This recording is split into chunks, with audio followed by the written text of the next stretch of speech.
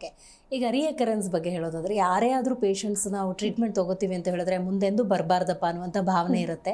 So homeopathy ಟ್ರೀಟ್ಮೆಂಟಿಗೆ ಒಂದ್ಸತಿ ಬಂದ ತಕ್ಷಣ 100% ಕ್ಯೂರ್ ಅನ್ನುವಂಥ ಅಶೂರೆನ್ಸ್ ಕೊಡ್ಬೋದಾ? So again it depends on the condition. So ಅವರ ಈಗ ಬರೀ PCOD ಅಂತ ಹೇಳಿದಾಗ ಅಥವಾ ಥೈರಾಯ್ಡ್ ಅಂತ ಹೇಳಿದಾಗ ಸೊ ಅವ್ರಿಗೆ ಅದಷ್ಟೇ ಕಂಡೀಷನ್ಸ್ ಇರುವುದಿಲ್ಲ. So sometimes it is with metabolic disorders. PCOD ಇದ್ದವರಲ್ಲಿ ಥೈರಾಯ್ಡ್ ಕೂಡ ಇರ್ಬೋದು, and they are suffering from diabetic ಇರ್ಬೋದು, ಹಲವು ಕಂಡೀಷನ್ಸಿಂದ ಅವರು ಸಫರ್ ಆಗ್ತಿರ್ತಾರೆ ಆ್ಯಂಡ್ ಆಲ್ರೆಡಿ ಮೆಡಿಕೇಶನ್ಸ್ನ ಅದಕ್ಕೆ ತೊಗೊಳ್ತಿರ್ತಾರೆ. So whether's their sugars under control ಇದೆಯಾ, TSH ಎಲ್ಲ ನಾರ್ಮಲ್ ಇದೆಯಾ, ಅದನ್ನು ನೋಡ್ಕೊಳ್ಬೇಕಾಗತ್ತೆ. Again duration of the treatment suggest ಮಾಡ್ತೀವಿ. ಕೆಲವ್ರಿಗೆ ಫ್ಯೂ ಮಂತ್ಸ್ ಬೇಕಾಗುತ್ತೆ, ಸೊ ಇನ್ನು ಕೆಲವ್ರಿಗೆ ಲಾಂಗ್ ಟರ್ಮ್ ಟ್ರೀಟ್ಮೆಂಟ್ ಕೂಡ ಅಡ್ವೈಸಬಲ್.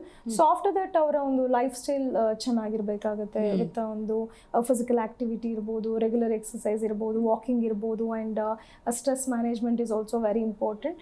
ಸೊ ಅಲಾಂಗ್ ವಿತ್ ಒಂದು ಗುಡ್ ಲೈಫ್ ಸ್ಟೈಲ್, ಲೈಕ್ ಅವ್ರು ಬ್ಯಾಲೆನ್ಸ್ ಡಯಟ್ ಅಂತ ಹೇಳ್ತೀವಿ, ಸೊ ಅದನ್ನು ಫಾಲೋ ಮಾಡೋದು ಉತ್ತಮ ಅಂತ ಹೇಳ್ಬೋದು. ಈಗ ಥೈರಾಯ್ಡ್ ಇರುತ್ತೆ, PCOD ಇರುತ್ತೆ, ಕೆಲವರು ಒಬೇಸ್ನಿಂದಲೂ ಬಳಲ್ತಾ ಇರ್ತಾರೆ, ಕೆಲವೊಬ್ಬ 35+ ವುಮನ್ನ ನೋಡೋದಾದರೆ.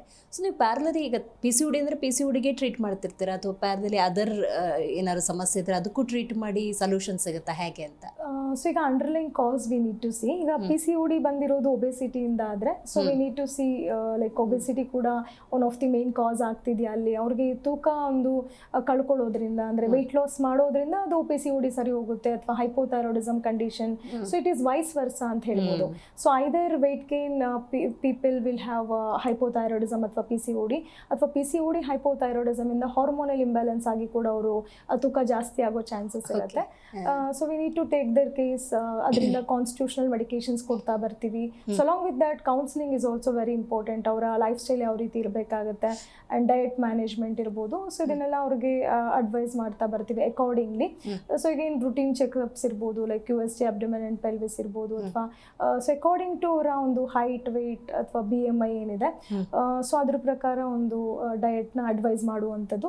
ಸೊ ಇದರಿಂದ ಅವರು ವೆಯ್ಟ್ ಕೂಡ ಒಂದು ಕಂಟ್ರೋಲ್ ಬರುತ್ತೆ. ಆ್ಯಂಡ್ ಅರ್ಲಿ ಆಗಿ ಲೈಕ್ ಅವ್ರಿಗೆ ಮೆನ್ಸ್ಟ್ರಲ್ ಸೈಕಲ್ ತುಂಬ ಇರ್ರೆಗ್ಯುಲರ್ ಆಗ್ತಿದೆ, ಸೊ ಸೈಕಲ್ಸ್ ಬರ್ತಾನೆ ಇಲ್ಲ, ಕೆಲವರು 1 ಇಯರ್ಲಿ ಒಂದ್ಸರಿ ಕೂಡ ಸೈಕಲ್ ಇರುತ್ತೆ, ಸೊ ಆದರೂ ಕೂಡ ಅವರು ಅಷ್ಟು ವರಿ ಮಾಡೋದಿಲ್ಲ. ಸೊ ಅನ್ಲೆಸ್ ಅಂಟಿಲ್ ಕೆಲವ್ರಿಗೆ ಎಮರ್ಜೆನ್ಸಿ ಇದ್ದಾಗ ಬೇರೆ ಏನೋ ಕಂಡೀಷನ್ಸ್ ಇರುತ್ತೆ, ಸೊ ಆಗ ಕ್ಲಿನಿಕ್ಗೆ ಟ್ರೀಟ್ಮೆಂಟ್ ಬರೋರನ್ನ ನೋಡ್ತೀವಿ.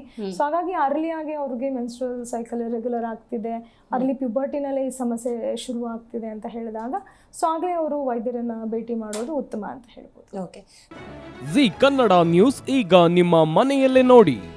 ಎಲ್ಲ ಕೇಬಲ್ಗಳಲ್ಲಿ ಈಗ ಲಭ್ಯ.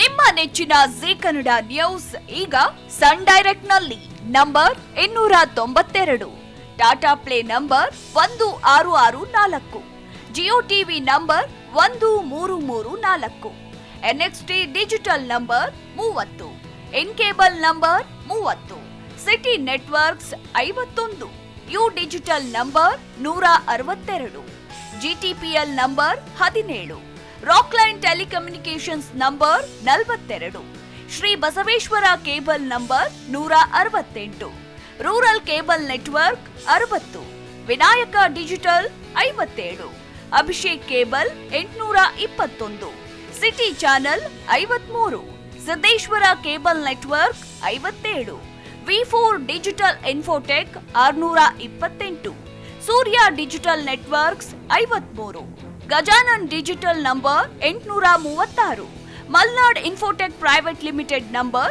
56, Metrocast number 830, Victory digital number 167ರಲ್ಲಿ ನೋಡಿ ಆನಂದಿಸಿ.